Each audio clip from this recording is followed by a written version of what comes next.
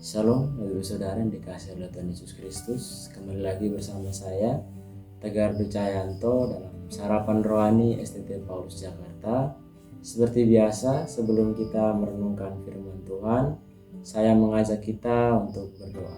Mari kita berdoa. Allah Bapa kami yang baik, pada pagi hari ini kami siap untuk merenungkan firman-Mu. Sebelum kami menjalani aktivitas kami, biarlah Kau berkati agar firman menjadi pedoman dan dasar bagi kami dalam menjalani kehidupan kami, agar seturut dengan kehendak-Mu ya Bapa.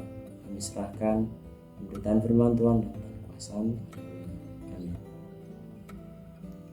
Bapak Ibu Saudara yang diberkati Tuhan, pada pagi hari ini saya rindu berbicara mengenai balasan dari sebuah kejujuran.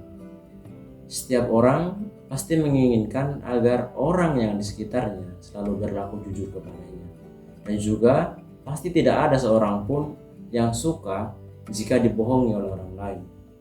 Oleh karena itu, hal apa saja yang akan kita peroleh jika kita selalu berlaku jujur? Kebenaran yang pertama yaitu kita akan diterima dan akan dihargai dimanapun kita berada. Kita bisa melihat dalam Amsal pasal yang kedua ayat yang ke-21.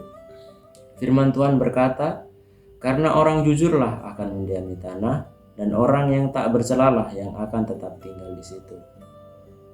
Bapak Ibu Saudara yang dikasihi oleh Tuhan Yesus Kristus, firman Tuhan sudah sangat jelas menyatakan bahwa orang yang jujur akan mendiami tanah dan akan tetap tinggal di situ. Ini artinya bahwa setiap orang yang jujur akan selalu memiliki tempat dan dipercayai oleh orang lain, karena sebuah kejujuran sangat mahal harganya. Apalagi di zaman sekarang ini, kebanyakan orang lebih suka melakukan kebohongan hanya untuk memperoleh sebuah keuntungan. Misalkan dalam sebuah pekerjaan, ada beberapa orang yang rela melakukan penipuan dan bahkan menyuap orang hanya untuk sebuah jabatan yang tinggi. Ini merupakan sebuah kesalahan yang kurang dipahami.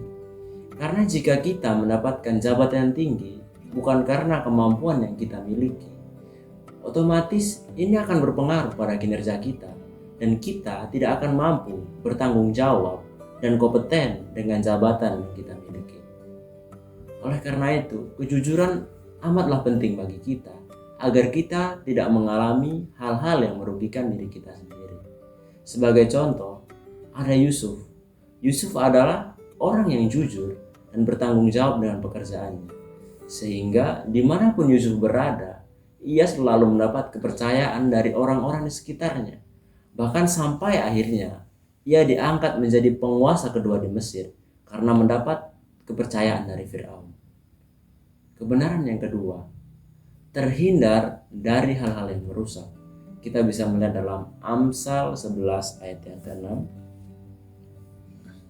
Firman Tuhan berkata demikian, "Orang yang jujur dilepaskan oleh kebenarannya, tetapi pengkhianat tertangkap oleh hawa nafsunya." Bapak Ibu yang diberkati oleh Tuhan Yesus Kristus, firman Tuhan sudah sangat jelas mengatakan bahwa orang yang jujur akan dilepaskan oleh karena kebenaran. Artinya, jika kita mempertahankan kebenaran yang ada, maka kita akan terlepas dari segala pengaruh buruk dan hal-hal yang menjerumuskan kita kepada hal-hal yang salah, sehingga kita mampu menjadi diri kita sendiri dan tidak terbawa dengan arus dunia yang salah. Sebagai contoh, ada tokoh Alkitab yaitu Sadrak, Mesak, dan Abednego. Mereka mempertahankan kebenaran dengan tidak mengikuti kemauan Raja Nebukadnezar untuk menyembah patung yang dibuatnya. Kita bisa melihat akhir dari kisah di mana mereka akhirnya menjadi berkat dan membuat semua orang percaya bahwa Tuhan Allah Israel adalah satu-satunya Tuhan yang layak disembah. Ini menjadi pelajaran bagi kita. Kalau kita jujur dan mempertahankan kebenaran, maka kita akan menjadi berkat dan terhindar dari hal-hal yang merusak. Jadi Bapak Ibu Saudara yang diberkati oleh Tuhan, firman Tuhan pada pagi hari ini mengajarkan kepada kita bahwa kejujuran membuat kita akan diterima di mana saja dan menjadi berkat bagi semua orang di sekitar kita. Firman Tuhan memberkati kita.